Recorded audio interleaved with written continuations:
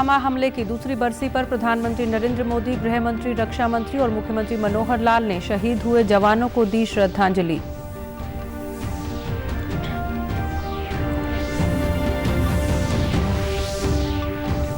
प्रदेश सरकार प्रदर्शनकारियों से सार्वजनिक संपत्ति को हुए नुकसान की भरपाई के लिए बनाएगी कानून।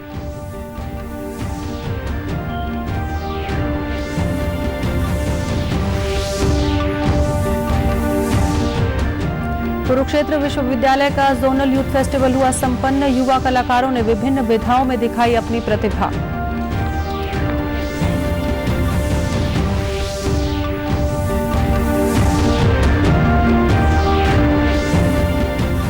और यमुनानगर के आदि बद्री में अंतर्राष्ट्रीय सरस्वती महोत्सव का श्रद्धा और उल्लास के साथ हुआ शुभारंभ।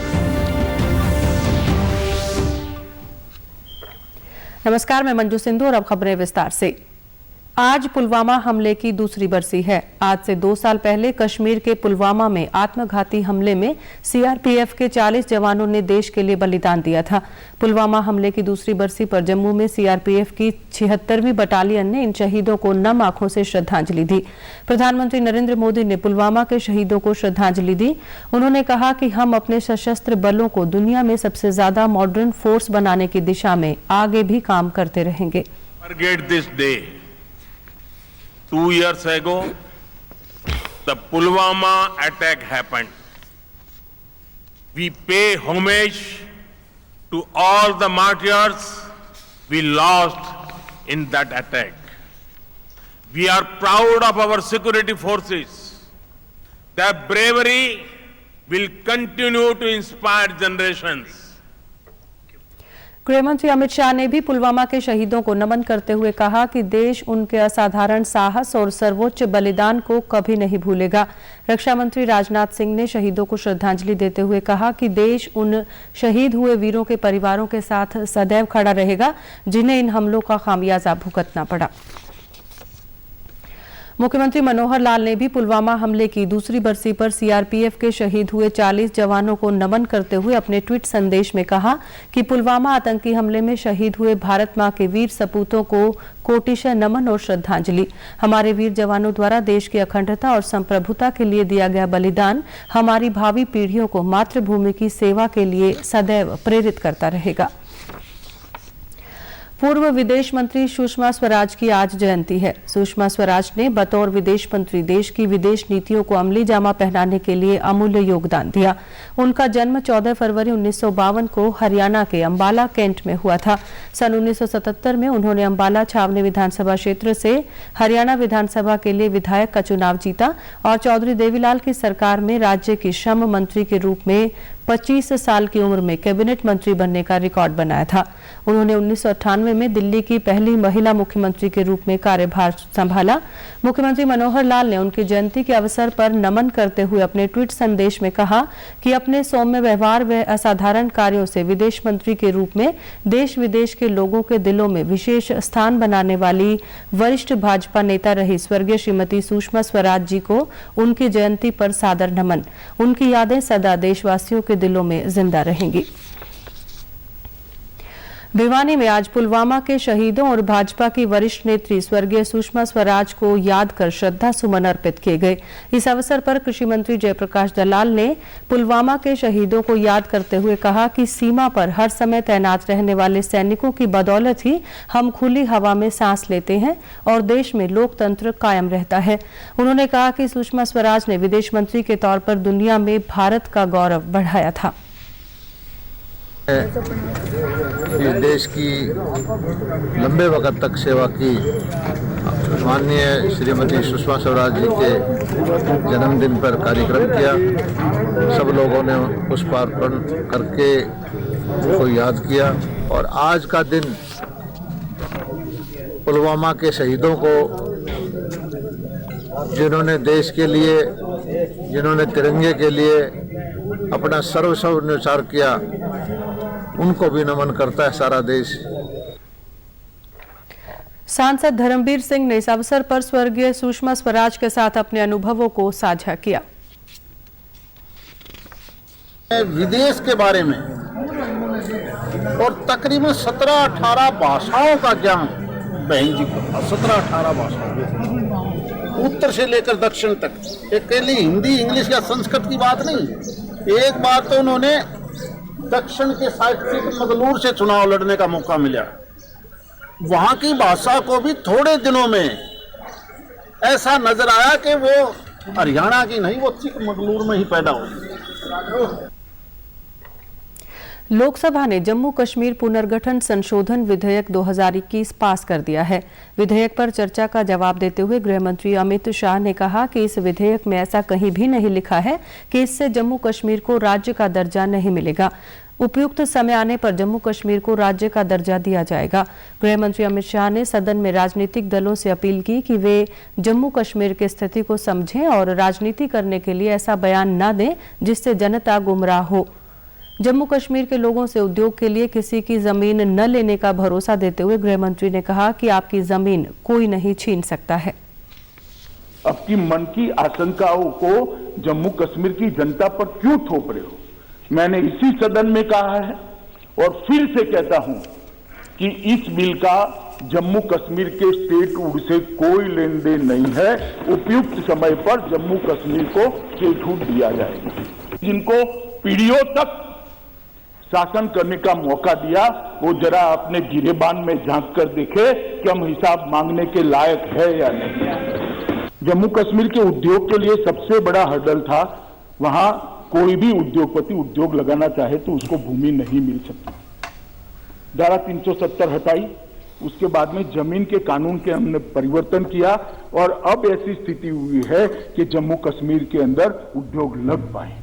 6 महीने पहले ही हम कानून लाए और अब मिल पाएगी, इसलिए उद्योग भी आएंगे। और उद्योग को आने के लिए सबसे अच्छा प्रोत्साहन पैकेज नरेंद्र मोदी जी की अगुवाई में भारत सरकार लाई है, अप्रूव किया है और जम्मू कश्मीर सरकार ने भी इसको अप्रूव कर दिया है। हरियाणा के मुख्यमंत्री मनोहर लाल खट्टर ने कहा है कि राज्य सरकार आंदोलन के दौरान सार्वजनिक संपत्ति को हुए नुकसान की भरपाई प्रदर्शनकारियों से करने का कानून लाएगी। उन्होंने उच्चतम न्यायालय के आदेश का हवाला देते हुए कहा कि सरकारी संपत्ति को नुकसान पहुंचाने का अधिकार किसी को नहीं है। मुख्यमंत्री ने कल गृह मंत्री अमित शाह से मुलाकात कर किसान आंदोलन और अन्य मुद्दों पर चर्चा की। उन्होंने कहा कि राज्य सरकार किसान आंदोलन शुरू होने से पहले ही ऐसा कानून लाने की योजना बना रही थी। कामों को और भी थोड़ा गति मिले, इस नाते से चर्चा हुई है। किसान आंदोलन की भी चर्चा हुई थी, उसमें भी जो कुछ जानकारी हमारे पास थी सब उनको बताई है। हर एक जगह पर इस प्रकार से जो ये निर्णय हो रहे हैं, जो पंचायत हो रही है, वो सारे विषय में जानकारी उनको दी है। शांतिपूर्वक सब मामला चल रहा है। नहीं, इसकी चर्चा नहीं, लेकिन वो कानून तो पहले से ला रहे हैं। वो योजना हमारी ये है कि सुप्रीम कोर्ट ने भी एक बार निर्णय दिया था, कभी भी किसी को भी जो पब्लिक प्रॉपर्टी है उसका नुकसान करने का अधिकार किसी को नहीं है। और ये हम उस कानून को इस अगले सत्र में लेकर के आ रहे हैं कि पब्लिक प्रॉपर्टी को जो नुकसान पहुंचाएगा भरपाई उसकी करेंगे।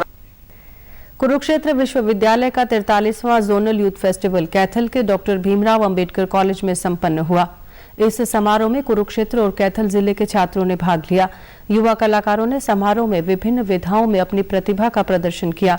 कुरुक्षेत्र विश्वविद्यालय के युवा कल्याण निदेशक महासिंह पुनिया ने बताया कि कुरुक्षेत्र विश्वविद्यालय द्वारा हरियाणा की संस्कृति को उजागर करने के लिए हरियाणवी सांग, हरियाणवी ऑर्केस्ट्रा, हरियाणवी स्किट सहित अनेकों विधाओं की प्रतियोगिताएं आयोजित करवाई जाती हैं। उन्होंने कहा कि कुरुक्षेत्र यूनिवर्सिटी देश की पहली ऐसी यूनिवर्सिटी है जिसने कोरोना काल के पश्चात सबसे पहले युवा समारोह का आयोजन शुरू किया है। हरियाणा ने भारत की पहली ऐसी यूनिवर्सिटी है जिसने कोरोना काल के बाद यूथ फेस्टिवल की शुरुआत की है और सभी लाइव यूथ फेस्टिवल हैं।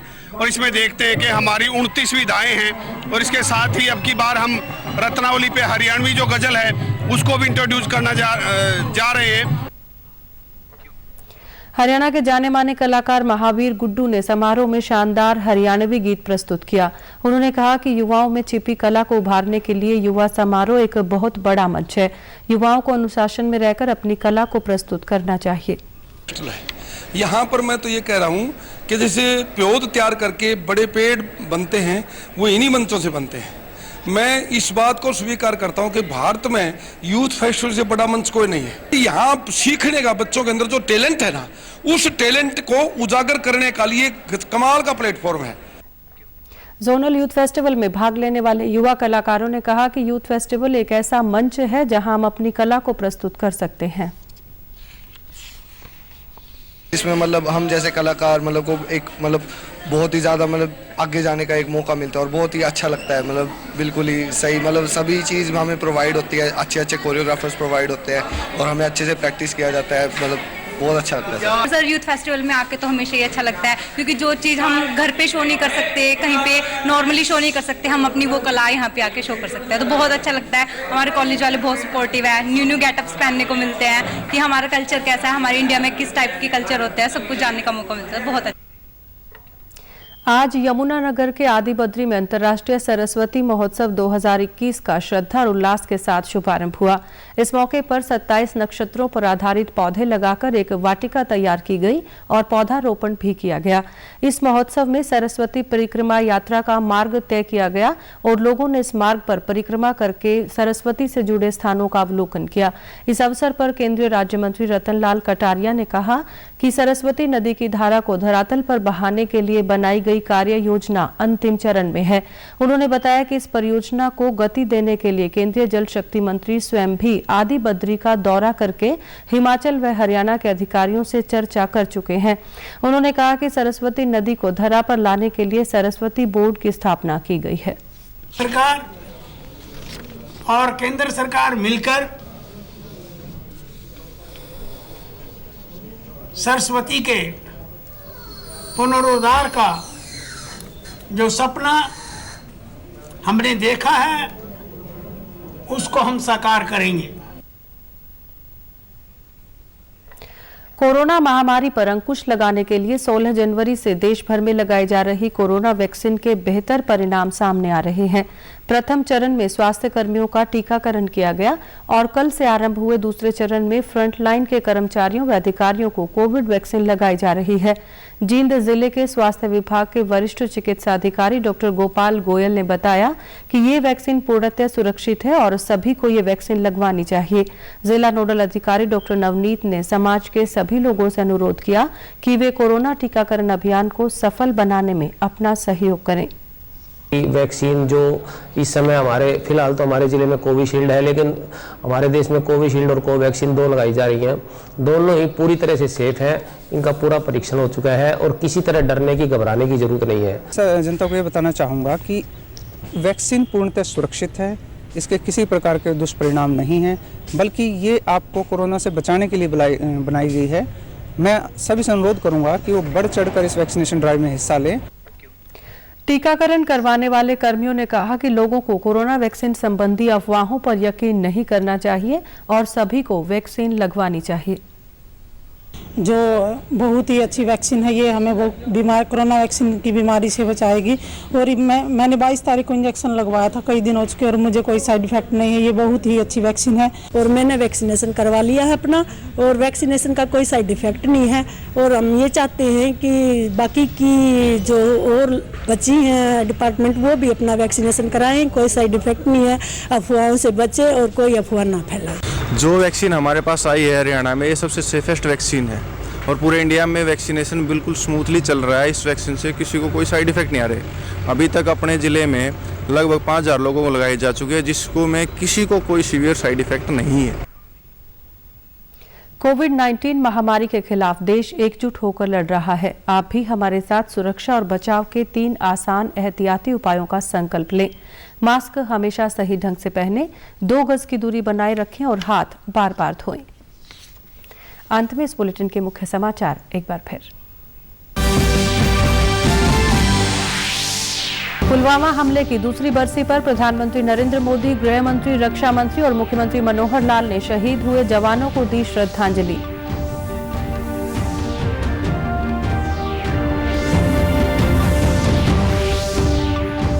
प्रदेश सरकार प्रदर्शनकारियों से सार्वजनिक संपत्ति को हुए नुकसान की भरपाई के लिए बनाएगी कानून।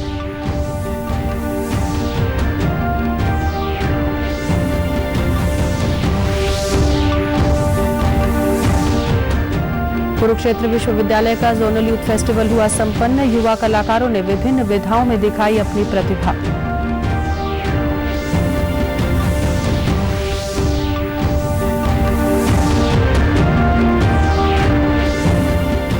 और यमुनानगर के आदिबद्री में अंतर्राष्ट्रीय सरस्वती महोत्सव का श्रद्धा और उल्लास के साथ हुआ शुभारंभ। समाचारों में आज के लिए इतना ही। नमस्कार।